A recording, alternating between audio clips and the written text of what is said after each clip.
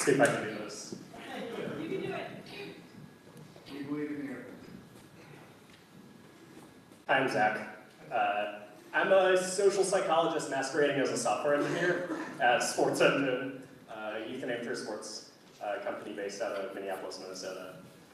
And my talk's called Let's Talk About Blame Baby. It's inspired by Salt and Pepper's 1990s hit song, Let's Talk About Sex. I thought that it was kind of a great springboard.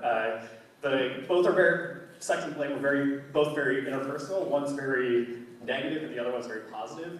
Over and over in my head I was hearing, let's talk about blame, baby. Let's talk about you and me. Let's talk about all the good things and the bad things that may be. Let's talk about blame. And so that got me thinking about like interpersonal stuff. So raise your hand if you blame. If your hand's not raised, you're lying. We all blame.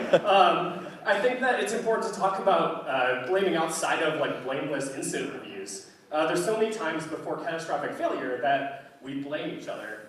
Let me tell you a short little story. Once there was an engineering team working on a new product release, and facing short timelines and everything. They were understaffed but trying to make it work.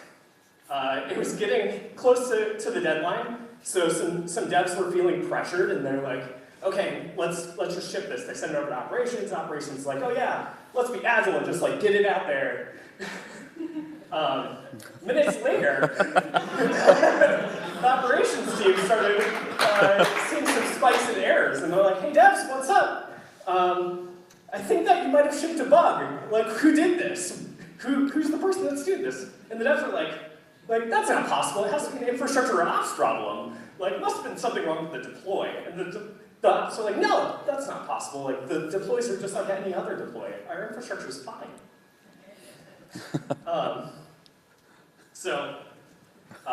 And then the organization was like, moments later, like management comes over and they're like, hey, who's on top of this? Who's taking care of these problems?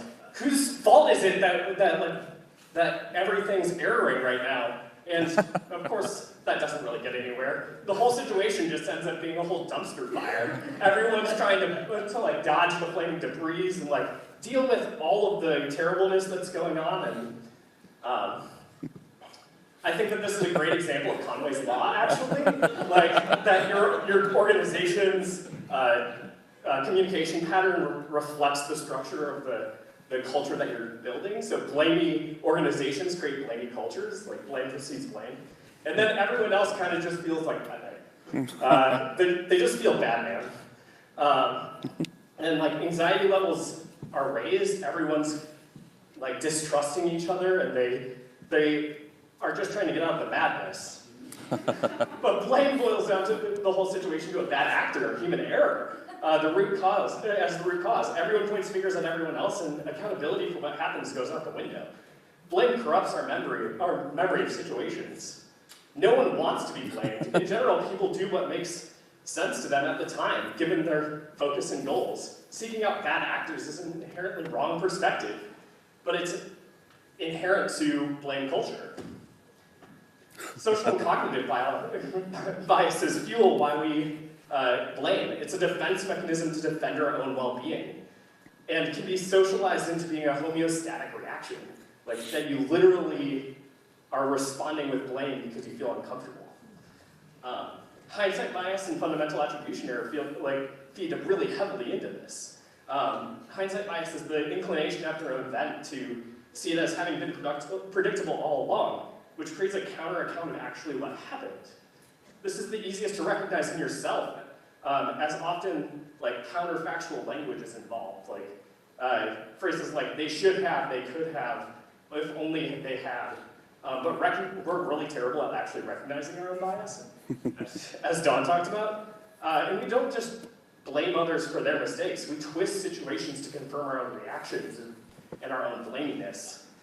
This is fundamental attribution error. We blame things on others, assuming their actions are the cause without taking into consideration their actual surrounding systems. So in closing, I want to pose a couple of things to think about. The cultures we exist in we inherently contribute to. What if we worked hard to try and change our own language and perspectives to be less blamey? Might we also experience less blame ourselves? Thank you.